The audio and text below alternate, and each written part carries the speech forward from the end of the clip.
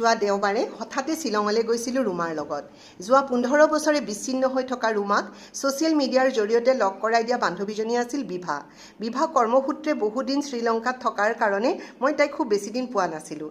বিভা মই ৰুমাৰ হঠাৎ হোৱা এই প্লেনিংটো খুব ভাল লগা আছিল। বিভা খুব সহজ সৰল, তাইৰ কোম্পানী মোৰ বহুত ভাল লাগিল। গুৱাহাটীৰ ঘৰৰ পৰাই ৰান্ধি নিয়া দুপৰীয়াৰ সাজটো খাই ওলাই গ'লোঁ ৰুমাৰ কোৱাৰ্টাৰৰ ওচৰতে থকা এখন সৰু পাৰ্কলৈ। ফ্লাক্সত বনাই নিয়া ৰঙা চাহ, বেকাৰীৰ বিস্কুটেৰে প্ৰকৃতিৰ মাজত বহি পাৰ কৰা সেই সময়কণ আমাৰ কাৰণে স্মৃতি হৈ ৰ'ব। সৰু সৰু সুখৰ মুহূৰ্তবোৰে আমি দৈনন্দিন জীৱনত মুখামুখি হোৱা মানসিক ষ্ট্ৰেছবোৰক কিছু সময়ৰ কাৰণে হ'লেও আঁতৰ কৰি আমাক সতেজ কৰি তোলে।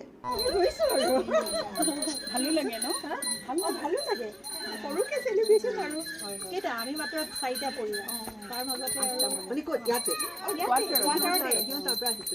তাই ইয়াতে আছিলে তাই ৰিচেণ্টলি ট্ৰান্সফাৰ হৈছে